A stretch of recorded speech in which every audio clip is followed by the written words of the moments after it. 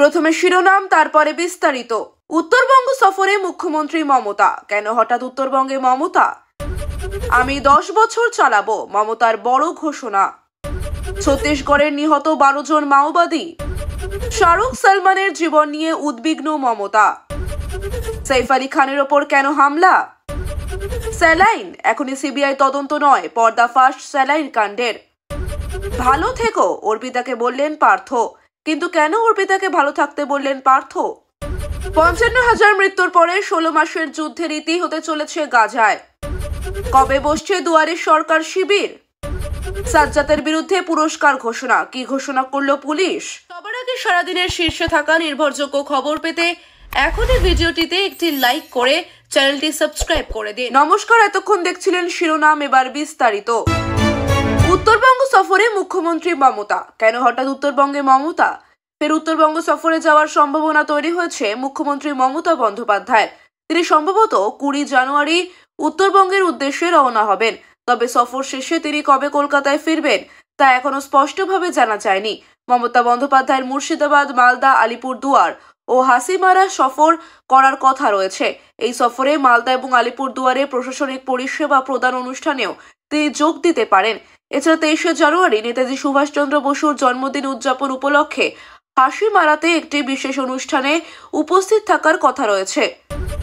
আমি 10 বছর চালাবো, মমতার বড় ঘোষণা। নবীন প্রবীণ বিতর্কের মাঝেই আবারও তৃণমূল সুপ্রিমো মমতা বন্দ্যোপাধ্যায় কড়া বার্তা দিলেন। তিনি স্পষ্ট জানিয়ে দিয়েছেন, কোনো কাছের লোককে মনোনয়ন দেওয়া হবে না।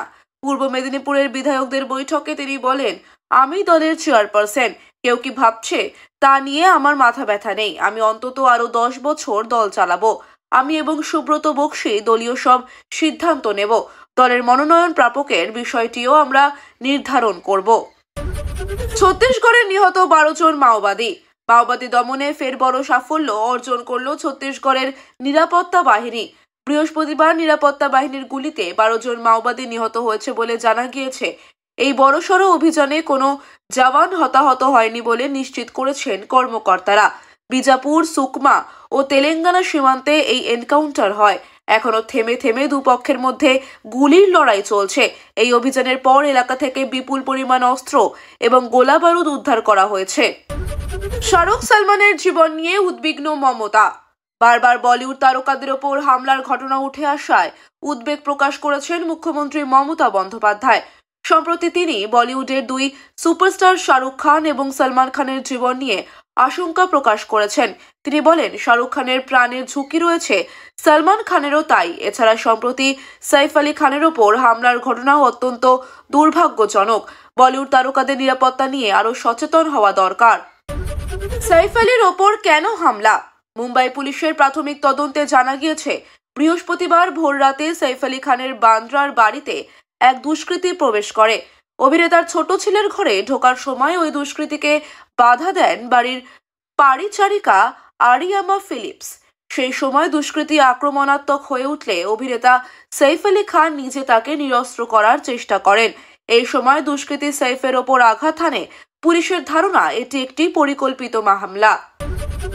স্যালাইন, এখনই সিবিআই তদন্ত নয়, পর্দাফাঁস স্যালাইন কাণ্ডের। মেদিনীপুরে স্যালাইন কাণ্ডে প্রসূতি মৃত্যুর ঘটনায় এখনই সিবিআই তদন্ত প্রয়োজন নেই বলে জানিয়ে দিয়েছে কলকাতা হাইকোর্ট। এই ঘটনায় ইতিমধ্যেই পশ্চিমবঙ্গ সরকারের নির্দেশে সিআইডি তদন্ত শুরু করেছে। নিহতের পরিবারের অভিযোগের ভিত্তিতে 13 সদস্যের একটি তদন্ত কমিটি গঠন করা হয়েছে। হাইকোর্টে দায়ের হওয়া মামলার শুনানিতে রাজ্যের তরফে জানানো হয় যে রাজ্য সরকার সঠিকভাবে তদন্ত চালাচ্ছে এবং সিবিআই তদন্তের প্রয়োজন নেই। ভালো থেকো, অর্পিতাকে বললেন পার্থ। কিন্তু কেন অর্পিতাকে ভালো থাকতে বললেন পার্থ? প্রাথমিক নিয়োগ দুর্নীতি মামলায় বৃহস্পতিবার দ্বিতীয় দিনের সাক্ষ্য গ্রহণ পর্ব চলে। এদিন আদালতে উপস্থিত ছিলেন রাজ্যের প্রাক্তন মন্ত্রী পার্থ চট্টোপাধ্যায় এবং তার ঘনিষ্ঠ বলে পরিচিত অর্পিতা মুখোপাধ্যায়। সাক্ষ্য গ্রহণ শেষে আদালত কক্ষ থেকে বেরিয়ে অর্পিতার সঙ্গে পার্থ চট্টোপাধ্যায় কিছুক্ষণ কথা বলেন। পরে অর্পিতার উদ্দেশ্যে পার্থ বলেন, আসি, তুমি ভালো থেকো। মামলার বিষয়ে আইনজীবীদের সঙ্গেও তাদের দীর্ঘ আলোচনা হয়। 55,000 মৃত্যুর পরে 16 মাসের যুদ্ধের ইতি হতে চলেছে গাজায়। 2023 সালের 7 অক্টোবর হামাসের আকস্মিক রকেট হামলার মধ্য দিয়ে ইসরায়েল গাজার সংঘাত শুরু হয়। হামাসের হামলায় প্রায় 5,000 রকেট নিক্ষেপ হয়। পাল্টা ইসরায়েলি আক্রমণে প্রায় 53,000 প্যালেস্টাইন নিহত হয় এবং ইসরায়েলি প্রাণহানির সংখ্যা প্রায় 2,000।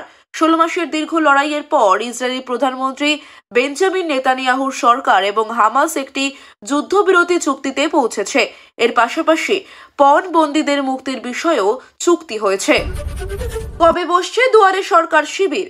রাজ্যের সামাজিক প্রকল্পের সুবিধা যারা এখনো পাননি তাদের জন্য সুখবর। আগামী 24শে জানুয়ারি থেকে রাজ্য জুড়ে দুয়ারে সরকার কর্মসূচি চালু হতে চলেছে বলে জানিয়েছে নবান্ন। এই কর্মসূচির মাধ্যমে রাজ্যের বাসিন্দারা লক্ষ্মীর ভাণ্ডার, খাদ্যসাথী, স্বাস্থ্যসাথী সহ বিভিন্ন সামাজিক প্রকল্পের সুবিধার জন্য আবেদন করতে পারবেন। সরকারি পরিষেবা আরও মানুষের কাছে পৌঁছে দিতেই দুয়ারে সরকার উদ্যোগ গ্রহণ করা হয়েছে। সাজ্জাদের বিরুদ্ধে পুরস্কার ঘোষণা। কি ঘোষণা করল পুলিশ? বিচারাধীন বন্দী সাজ্জাদ আলম মঙ্গলবার আদালতে হাজিরা দেওয়ার সময় পুলিশকে গুলি করে পালিয়ে যায়। সে একজন কুখ্যাত অপরাধী যার বিরুদ্ধে অস্ত্র সরবরাহ ও হত্যা সহ একাধিক মামলা রয়েছে।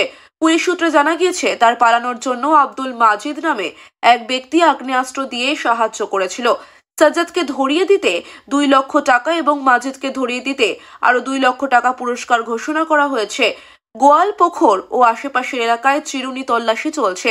পুলিশের সন্দেহ সাজ্জাদ একটি অপরাধ চক্রের সাহায্যে পালিয়েছে। তার গতিবিধি শনাক্ত করতে সিসিটিভি ফুটেজ ও মোবাইল টাওয়ার ট্র্যাকিং এর ওপর নজর দেওয়া হচ্ছে। জেলা পুলিশ তাকে দ্রুত গ্রেপ্তারের জন্য সর্বাত্মক চেষ্টা করছে।